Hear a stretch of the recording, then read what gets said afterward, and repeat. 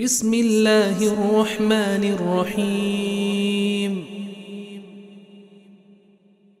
ধারাবাহিকভাবে আমাদের আলোচনা চলতেছিল শবে মেরাজ বা আল্লাহ রসুল নবীজি সাল্লাল্লাহু আলাইহি সাল্লামের মেরাজ নিয়ে। দেখুন, আল্লাহ রসুল সাল্লাল্লাহু আলাইহি সাল্লাম এই মেরাজের বর্ণনা দিচ্ছেন। আমি মেরাজের ভূমিকা স্বরূপ প্রেক্ষাপট গত সপ্তাহে আলোচনা করেছিলাম।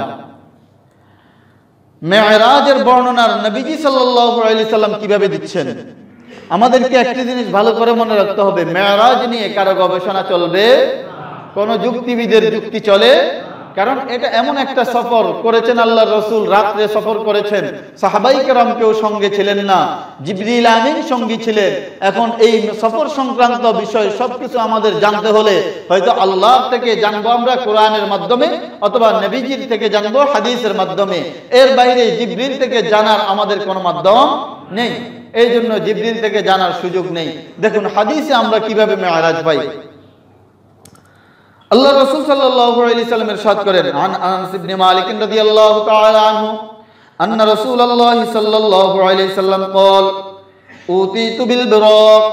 আল্লাহ রাসূল ছিলেন হাতিমে কাবা, সেখান থেকে আল্লাহ রাসূলের সিনা মুবারক ফাড়লেন, যেটা গত সপ্তাহে আলোচনা করেছিলাম। এরপরে একটা বুরাক নিয়ে আসা হলো। বুরাক বারকুন থেকে, বারকুন অর্থ হলো বিজলি, আকাশে যে বিজলি চমকায় এই বিজলিকে বলা হয় বারকুন, আরবি শব্দ। এই শব্দ থেকে হলো বুরাক, বিজলির মতো গতি। যেই বাহনটা আল্লাহ রসুলের জন্য, নবীজির জন্য নিয়ে আসা হয়েছিল, এটাকে বুরাক বলা হয়তো কেন, এটার গতি ছিল কিসের মতো? বিজলির মতো, বরং তার চেয়েও আরো বেশি গতিশীল। মানুষকে বোঝানোর জন্য এই পশুটার নাম হলো বুরাক। এখন বুরাক দেখতে কেমন? ঘোড়ার মতো দুইটা ডানাওয়ালা, এমন না? হ্যাঁ, আছে তো অনেকের ঘরে, ছবি আছে না? আমরা ছোটবেলা দেখছি এক ঘরে, আমাদের বাড়ির এক ঘরের মধ্যে এটা ছিল, তো ওটা চিনতাম না। ঘোড়া দুই পাশে ডানাওয়ালা, মাথা দিয়ে আবার এইভাবে একটা চোঁটো লাগাইছে। তো দেখলাম একটা পাগল আমাদের বাড়িতে মাঝে মধ্যে আসতো, ওই পাগল আইসা ওটার কাছে যাই ওটাকে এভাবে সালাম করতেছে। ও মুসলমান, মূর্তি পূজকরা এক সময় এরকম মূর্তি পূজক ছিল না। ওই মূর্তি পূজাটা বিকৃত হতে হতে হতে হতে বর্তমানের এই মূর্তি পূজা। আমাদেরও বর্তমান শুরু হয়েছে ছবি পূজা।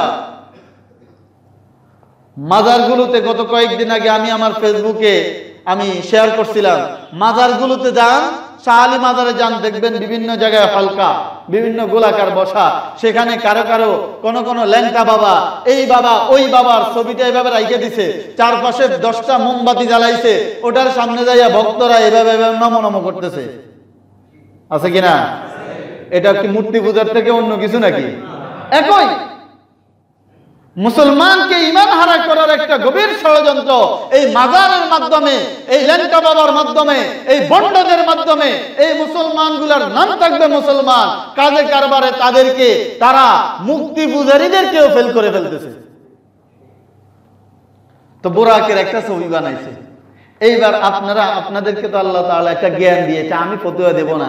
বলুন তো, ওই রাত্রে বুরাকটা নিয়ে এসেছিল কে? জিবরাইল আলাইহিস সালাতু ওয়াস সালাম।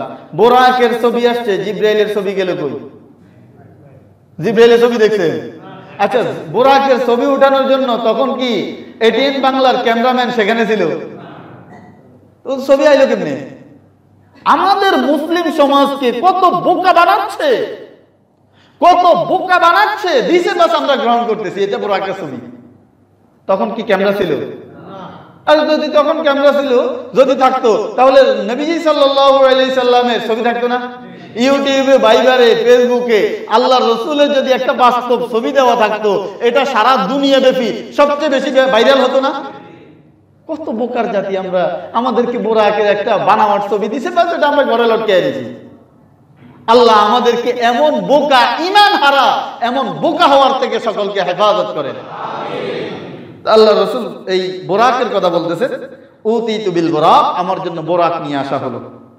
ওয়া হুয়া দাব্বাতুন আবিয়াদু তাওয়িলুন ফাওকাল হিমার। এটা একটা প্রাণী, যেই প্রাণীটা গাদার থেকে একটু বড়, খচ্চরের থেকে একটু ছোট, আয়তন বোঝানোর জন্য। আবার এটা মনে করবেন না আরে হাদিসের মধ্যে এটা কি আসলো, বোরাককে ওই গাদার সাথে তুলনা করলো, তুলনা করা হয়নি, আয়তন বোঝাচ্ছে যেই সমাজে যেই প্রাণীটা। আমি এখন যদি পাখি দিয়ে, যেমন আমরা মাঝে মধ্যে যখন কোরআনে কারীমের মান্না আর সালোয়ার তাফসীর করি, যে মান এটা হলো এমন একটা বুনা পাখি, সালোয়া এমন একটা বুনা পাখি যেটা কবুতরের থেকে ছোট, চড়ুই পাখি থেকে বড়। আমাদের সমাজে পাখিগুলো দৃশ্যমান চড়ুই পাখি আর কবুতর, এই জন্য আয়তন বোঝানোর জন্য আমরা বলে থাকি কোয়েল পাখির সমপরিমাণ। আসলে কি ওটা কোয়েল পাখি ছিল? আয়তন বোঝানোর জন্য বলা এটা। তো হাদিসের মধ্যে নবীজি সাল্লাল্লাহু আলাইহি সাল্লাম উম্মতকে বোঝানোর জন্য বলছেন এটা এমন একটা বাহন যেই বাহনটা গাদার থেকে একটু বড়, খচ্চরের থেকে একটু ছোট।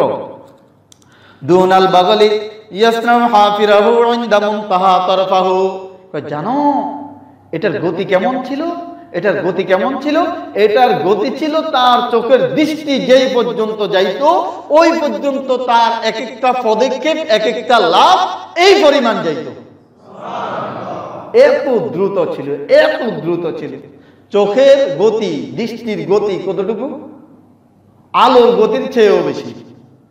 আরে আমরা যে চোখ খোলার সাথে সাথে যতদূর খোলা আছে ততদূর আমরা দেখি না? তো এই আমাদের চোখের থেকে ওই শেষ সীমা পর্যন্ত আমাদের চোখের দৃষ্টিটা যাইতে বহু টাইম লাগছে। যার চোখে পাওয়ার নেই, যে সামনের 5 আঙ্গুল দেখে না, তার কথা বলে তো লাভ নেই।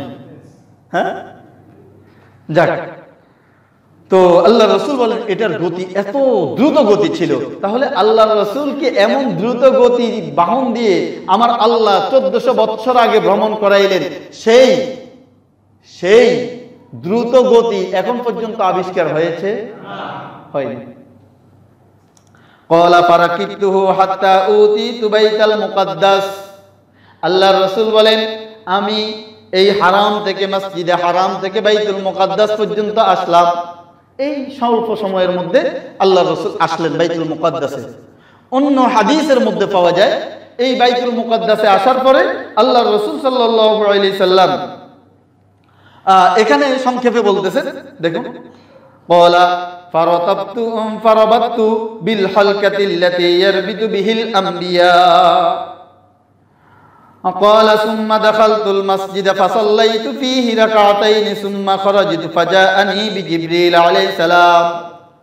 বাইতুল মুকাদ্দাসে আসার পরে বোরাকটাকে বেঁধে রেখেছিলেন, বোরাকটাকে বাঁধলেন, যেখানে অন্যান্য নবীরা তাদের বাহনগুলো বাঁধতেন। কেন বাঁধলো? বোরাক এটা তো আল্লাহ তাআলা জিবরিলের মাধ্যমে পাঠাইলেন। এটার কি এছাড়া আর অন্য কোনো টিপ আছে? এটা কি আল্লাহ রাসূলকে ছাড়া অন্য কাউকে বহন করার জন্য চলে যাবে? তাহলে এটাকে বাঁধলেন কেন? আল্লাহ রাসূল বুঝিয়ে দিলেন, আমার উম্মত শুনে রাখো, এই বোরাক আমার জন্য এসেছে, এটা অত্যন্ত ফরমাবরদার, এটা আমাকে ছাড়া অন্য কোথাও যাবে না। কিন্তু এরপরেও নিজের মাল যখন নিজের দায়িত্বে থাকবে, এটার হেফাজত অবশ্যই তোমাদের নিজদেরকে করতে হবে। কথা বুঝা আসছে? আমি যে বললাম হাদিসটার প্রত্যেকটা পরতে পরতে আমাদের শিক্ষা, শুধু হাওয়াই আলোচনা, নবীজির মেরাজের আলোচনা শুনলাম, মেরাজে সংগঠিত বিষয়গুলো আমাদের শিক্ষা কি? শিক্ষা নিলাম না, কাজ হবে না, শিক্ষা অর্জন করতে হবে। বোরাক আল্লাহ তাআলা পাঠিয়েছেন জান্নাত থেকে জিবরিলের মাধ্যমে, তথাপিও আল্লাহর রাসূল এখন যেহেতু রাসূলের জিম্মাদারিতে আছেন, আল্লাহর রাসূল বলেন, সহিহ হাদিস, মুসলিম শরীফের হাদিস, আল্লাহর রাসূল বলেন এটাকে আমি বাঁধলাম, বেঁধে রাখছে, কারণ এটা এখন নিজের জিম্মাদারিতে আছে, এটার হেফাজত করতে হবে, এই জন্য এটাকে বাঁধলেন। এরপরে মসজিদে আকসায় প্রবেশ করলেন। আল্লাহ তাআলা বতুরে কুদরত মসজিদে আকসায় প্রবেশ করে আল্লাহ রাসূল যখন প্রবেশ করলেন, সমস্ত নবীদেরকে মসজিদে আকসায় আল্লাহ রাসূলের সামনে সমস্ত নবীদেরকে আল্লাহ তাআলা একত্রিত করলেন। সমস্ত নবীরা আসলেন, আদম আলাইহিস সালাম আসলেন, নূহ আলাইহিস সালাম আসলেন, ইব্রাহিম, মুসা আলাইহিস সালাম এবং কি ঈসা আলাইহিস সালামও এখানে আসলেন। 2 রাকাত নামাজ হবে, কে পড়াবেন? সবাই তো নবী, অনেক রাসূল, নবী রাসূলগণ আছেন। হাদিসের মধ্যে এসেছে জিবরিল আমিন আল্লাহ রাসূল সাল্লাল্লাহু আলাইহি সাল্লামকে ধরে বললেন, ইয়া রাসূলুল্লাহ, ইয়া হাবিবাল্লাহ, আজকের নবীদের এই জামাতের মধ্যে নবী রাসূলদের এই জামাতের মধ্যে আপনার সামনে ইমামতি করার কারো সাহস নেই, ইয়া রাসূলুল্লাহ আজকে আপনাকেই ইমামতি করতে হবে। এতদিন ছিলেন মুহাম্মদুর রাসূলুল্লাহ, এতদিন ছিলেন সাইয়্যিদুল আম্বিয়া, সমস্ত নবী রাসূলদের সরদার। যখন বাইতুল মুকাদ্দাসে সবাইকে ইমামতি করে নামাজ পড়াইলেন, তখন হয়ে গেলেন ইমামুল আম্বিয়া, সমস্ত নবীদের ইমাম মুহাম্মদুর রাসূলুল্লাহ সাল্লাল্লাহু আলাইহি ওয়াসাল্লাম। আল্লাহর রাসূলের সামনে কারো ইমামতি চলে? আল্লাহর রাসূলের নবুয়তের সামনে কারো নবুয়ত চলে না। আল্লাহর রাসূলের মুহাম্মদুর রাসূলুল্লাহর ইমামতির সামনে কারো ইমামতি চলে না। তাহলে রাসূলের নবুয়ত দুনিয়াতে থাকা অবস্থায়, এই কিয়ামত যতদিন থাকবে রাসূলের নবুয়ত ততদিন থাকবে। রাসূলের নবুয়ত থাকা অবস্থায় ঈসা আলাইহিস সালামের নবুয়ত চলবে? চলবে? পাকিস্তান আমলে আইয়ুব খানের ক্ষমতা, আইয়ুব খানের ক্ষমতার লিডারই বর্তমান সময়ে চলবে? চলবে না, চলবে না। এই জন্য হুঁশিয়ার। বর্তমান খ্রিস্টানরা, আমি খবর পাইলাম গত কয়েকদিন আগে, আমাদের এই এলাকারও নাকি একজন পোড়াকুফাল, শুনে সাথে সাথে তার জন্য হেদায়েতের দোয়া করলাম। অনেক আগে সে নাকি মুসলমান থেকে খ্রিস্টান হয়ে এখন খ্রিস্টানদের পাদ্রী। এটা কেন হয় জানেন? কারণ হলো আমরা দ্বীন শিখি না, আমরা ইসলাম শিখি না, আমরা ইসলাম শিখাই না, আমরা ইসলাম শিখার চেষ্টা করি না। যখন একটু একটু শুনে নেটের থেকে, ওটার থেকে, এটার থেকে, তখন অনেক কন্ট্রাডিকশন মনে হয়, তখন অনেক বৈপরীত্যতা মনে হয় ইসলামের বিভিন্ন বিধিবিধানের ক্ষেত্রে। যেহেতু আমাদের বিস্তারিত জানা নেই, যেহেতু আমাদের মূল রহস্য, আমাদের মূল কারণগুলো জানা নেই, তখন বিভ্রান্ত হয়ে এইবার চিন্তা করে ধর ইসলামের মধ্যে এত কন্ট্রাডিকশন, এত অবস্থা, ধর এটা মনে হয় হক না। নাউযুবিল্লাহি মিন যালিক। এটা কি ইসলামের মধ্যে না থাকা নাকি না জানার কারণে হয়? না জানার কারণে, মূর্খতা, অজ্ঞতার কারণে হয়। এটা হুঁশিয়ার থাকবেন। আল্লাহ রাসূলের সামনে সেই দিন খ্রিস্টানদের নবী, আমরাও নবীজি, আমরাও নবী মানি ঈসা আলাইহিস সালাতু ওয়াস সালাম, বরং ঈসা আলাইহিস সালামকে আমরাই পিওর ভাবে শ্রদ্ধা করি, আমরাই পিওর ভাবে সম্মান করি। ঈসা আলাইহিস সালাম যেইভাবে সম্মান করতে বলেছেন, তিনি বলেছেন ইন্নী আবদুল্লাহ আতানিয়াল কিতাব ওয়া জাআলানি নবিয়্যা, আমি আল্লাহর বান্দা, আমি আল্লাহর গোলাম, আমি আল্লাহর বেটা নয়, আমি আল্লাহর বেটা নয়, আমি আল্লাহর বান্দা, আমি আল্লাহর গোলাম। আমাকে আল্লাহ কিতাব দিয়েছেন, আতানিয়াল কিতাব ওয়া জাআলানি নবিয়্যা, আমাকে নবী হিসেবে প্রেরণ করেছেন। নাকি সান অফ গড, আল্লাহর পুত্র কি হিসাবে প্রেরণ করেছেন? তিনি যেভাবে স্বীকার করতে বলেছেন আমরা এইভাবে স্বীকার করি। ওই তারাই খ্রিস্টানরা তাদের জায়গা থেকে তারা সরে গেছে, তারা আল্লাহর নবীকে আল্লাহর বেটা বানাইলেন, আল্লাহ ঈশ্বর বানাইয়া ছাইড়ে দিয়েছে।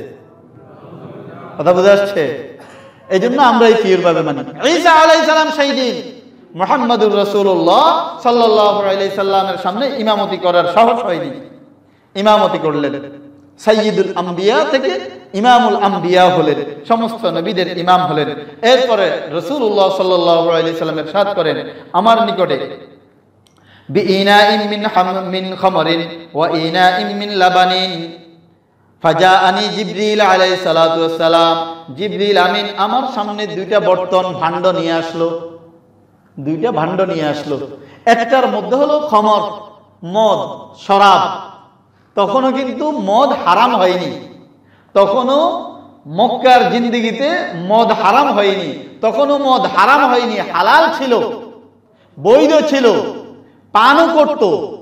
আল্লাহ রাসূলের সামনে মেরাজের রজনীতে জিবরিল আমিন দুইটা ভাণ্ড, একটার মধ্যে হলো মদ, আরেকটার মধ্যে হলো মধু নিয়ে আসে, দুধ, লাবান, দুধ নিয়ে আসলো। তো আল্লাহ রাসূল না জিবরিল আমিন কোনটা গ্রহণ করবে বলেও দেয়নি, যে আপনি এটা নেন বা ওটা নেন, বলেন নাই।